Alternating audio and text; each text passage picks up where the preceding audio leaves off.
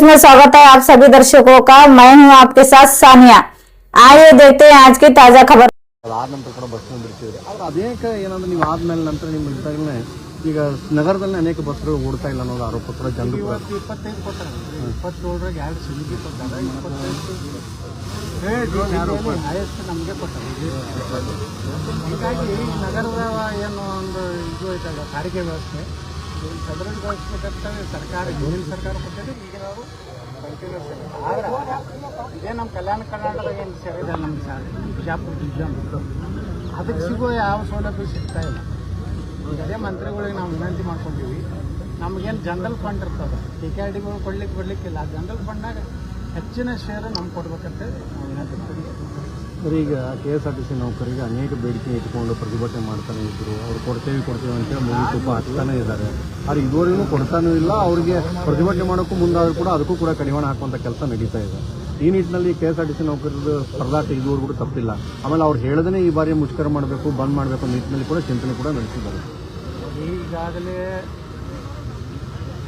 ಏನು ಸರ್ಕಾರ ಹಿಂದಿದ್ದು ಸರ್ಕಾರನೂ ಮಾಡಲಿಲ್ಲ, ಅವರು ತಪ್ಪು ಮಾಡಿದ್ರಿಂದ ಅನೇಕ ನಮ್ಮ ಸಾರಿಗೆ ಸಂಸ್ಥೆಯ ನೌಕರರನ್ನು ಡಿಸ್ಮಿಸ್ ಮಾಡೋದು, ಸಸ್ಪೆಂಡ್ ಮಾಡೋದು. ಆವಾಗ ನಾನೇ ವಿಧಾನಸಭೆಯಲ್ಲಿ ಪ್ರಸ್ತಾಪ ಮಾಡಿದೆ, ಶ್ರೀರಾಮುಲು ಇದ್ದರು.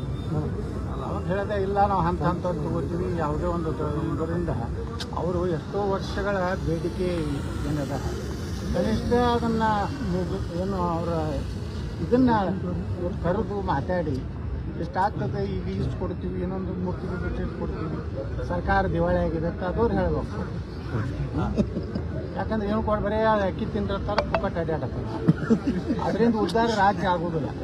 ಯಾಕಂದ್ರೆ ಇವತ್ತು ಸರ್ಕಾರಿ ನೌಕರರಾಗಲಿ ಸಾರಿಗೆ ಸಂಸ್ಥೆಗಳಲ್ಲಿ ಎಲ್ಲನೂ ಸಮಾನ ವೇತನ ಆಗಬೇಕು ಅನ್ನೋಂಥದ್ದು ಮಾಡಬೇಕು. ಯಾಕಂದ್ರೆ ಇವರು ದುಡಿತಾರೆ, ಇವರು ಎಷ್ಟು ರಿಸ್ಕ್ ಇರ್ತೈತೆ ಒಬ್ಬ ಡ್ರೈವರ್ಗೆ, ಎಷ್ಟು ಇದನ್ನು ಹಗಲು ರಾತ್ರಿ ಕೆಲಸ ಮಾಡೋರಿಗೆ ಅವರು ಏನು ಬೇಡಿಕೆ ಅದನ್ನು ಈಡೇರಿಸಬೇಕು.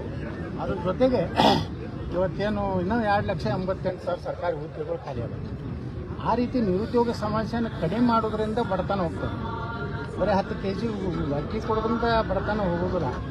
ಅವರಿಗೆ ಒಂದು ಕುಟುಂಬಕ್ಕೆ ಒಬ್ಬ ಆಧಾರ ಅದಂದರೆ ಸುಮಾರು 2,88,000 ಮಕ್ಕಳು ಉದ್ಯೋಗ ಸೇರಿದ್ರೆ 2,88,000 ಮಂದಿ ಏನು BPL ತಳಗದಾರ, ಕಡು ಬಡವರು ಅದಾರ, ಅವರೆಲ್ಲ ಮಧ್ಯಮ ವರ್ಗ ಬರ್ತಾರೆ. ಅವ್ರಿಗೆ ಅಕ್ಕಿ ಬೇಕು, ಸರ್ಕಾರ ಕೊಡಬೇಕಾಗಿಲ್ಲ ಯಾವ ಸೌಲಭ್ಯ. ಅವ್ರು 30,000-40,000 ಸಹಜ ಒಂದು ಸಾಮಾನ್ಯ ಒಬ್ಬ ಏನು B ಗ್ರೂಪ್ನವ ಅನ್ನೋದ್ರು ಒಂದು 25,000-30,000 ರೂಪಾಯಿ ಬರ್ತದೆ, ಅವ್ರ ಜೀವನ ನಡೀತೀವಿ.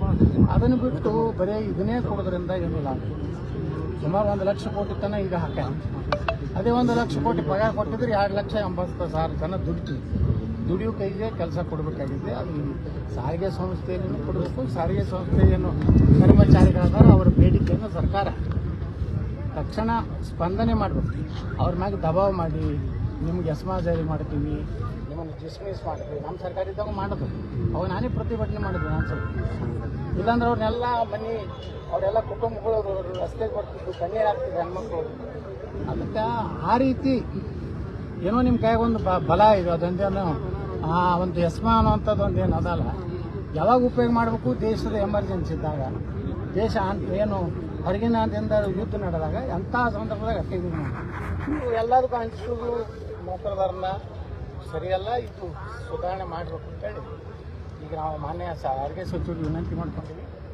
ಇನ್ನೂ ನಮ್ಮ KKRDB ಒಳಗೆ ನಮಗೇನು ಬರಬೇಕಾ ಪಾಲು ಬರಲಾಗೈತಿ. ಹೆಚ್ಚಿನ ಅನುದಾನ ಬಿಜಾಪುರ ಜಿಲ್ಲೆ ಕೊಡಬೇಕು, ಹೊಸ ಬಸ್ಸುಗಳು ಕೊಡಬೇಕು, ಹಳಿ ಬಸ್ ಲಿನೋ ಮಾಡಬೇಕು.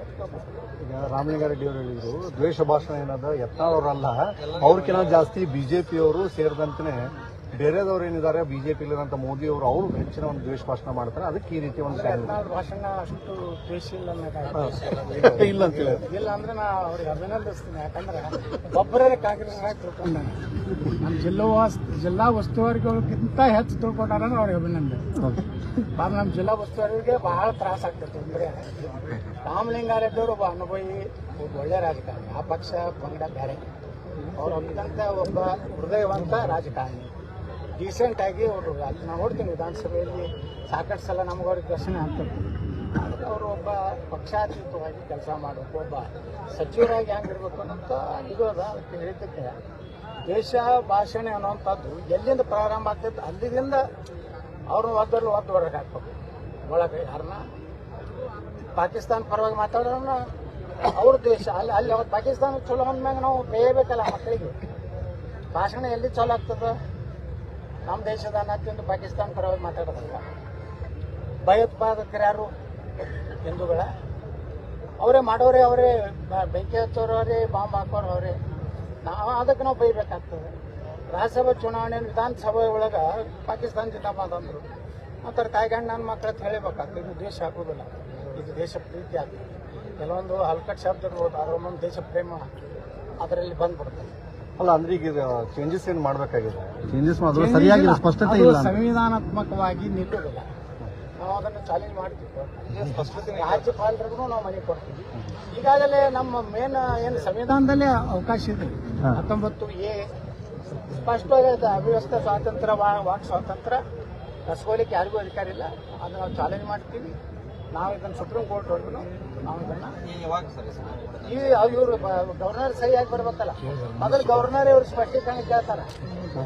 ಈಗಾಗಲೇ ಸಂವಿಧಾನಾತ್ಮಕವಾಗಿದ್ದಂಥದ್ದನ್ನ ಮತ್ತೆ ನೀವು ಇದನ್ನ ಓವರ್ಲ್ಯಾಪ್ ಯಾಕೆ ಮಾಡ್ಲಾಕತ್ತೀರಿ?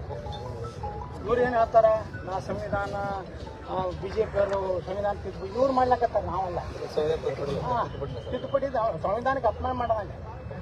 ಬಾಬಾ ಸಾಹೇಬ್ ಅಂಬೇಡ್ಕರ್ ಬರೆದು ಸಂವಿಧಾನಕ್ಕೆ ಅಪಮಾನ ಮಾಡ್ಲಾಕತ್ತಾರ. ನೋಡಿ, ನಾನು ನಿನ್ನೆ ನಾವು ಅವ್ರಂಗೆ ರಾಹುಲ್ ಗಾಂಧಿ ಹಂಗೆ ಸಂವಿಧಾನ ಬುಕ್ಕ ಹಿಡಿದು ಮಾತಾಡ್ತೀನಿ.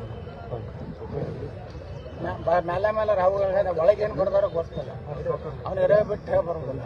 ಅವ್ನು ಹಿಡ್ದಾನಂದ್ರೆ ನಾವು ಸ್ವಲ್ಪ ಕಲ್ತಾವ, ನಾ ಹಿಡಿದಿದ್ದು ಸ್ವಲ್ಪ ಅವನಿಗೆ ಗೊತ್ತಿಲ್ಲ.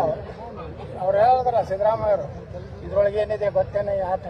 ನಾನು ಕೇಳಿದ್ ಏನೈತಿ ಓದ್ರೆ ಓದ್ಲಕ್ಕೆ ಬರಲಿಲ್ಲ ಸಿದ್ದರಾಮಯ್ಯ. ಅವ್ನು ನೀವು ಸಂಜೆ ಗೊತ್ತಿಲ್ಲ, ನಿಮಗೂ ಗೊತ್ತಿಲ್ಲ, ನಿಮ್ ಹಿಂದೆ ಕೂತ ಸಕ್ರಿಯ ಮಂತ್ರಿಗೂ ಗೊತ್ತಿಲ್ಲ ಅಂತ ಹೇಳಿ. ನಾಳೆ ಬಬಲೇಶ್ವರದಲ್ಲಿ ಹೋರಾಟ ನಡೀತಾ 29ಕ್ಕೆ ಇದು ಮಾಡ್ತಾ ಇದ್ದಾರೆ ಬಸವ ಅನುಯಾಯಿಗಳು. ನೋಡೋಣ ಅಲ್ಲಿ ಯಾರ ಪಕ್ಕ ಹಿಂದೂಗಳು ಬರ್ತಾರ ಅದ್ರ ಮ್ಯಾಗಿನ. ಅಲ್ಲ, ನೀವು ಪಾಲ್ಗೊಳ್ತೀರಾ ಅಂತ?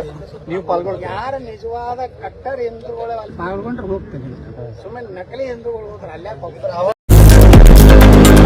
लेटेस्ट न्यूज अपडेट्स के लिए YouTube एक्सप्रेस को सब्सक्राइब कीजिए, साथ में बेल आइकॉन को भी क्लिक कीजिए। साथ ही साथ लाइक, शेयर और कमेंट करना ना भूलिए।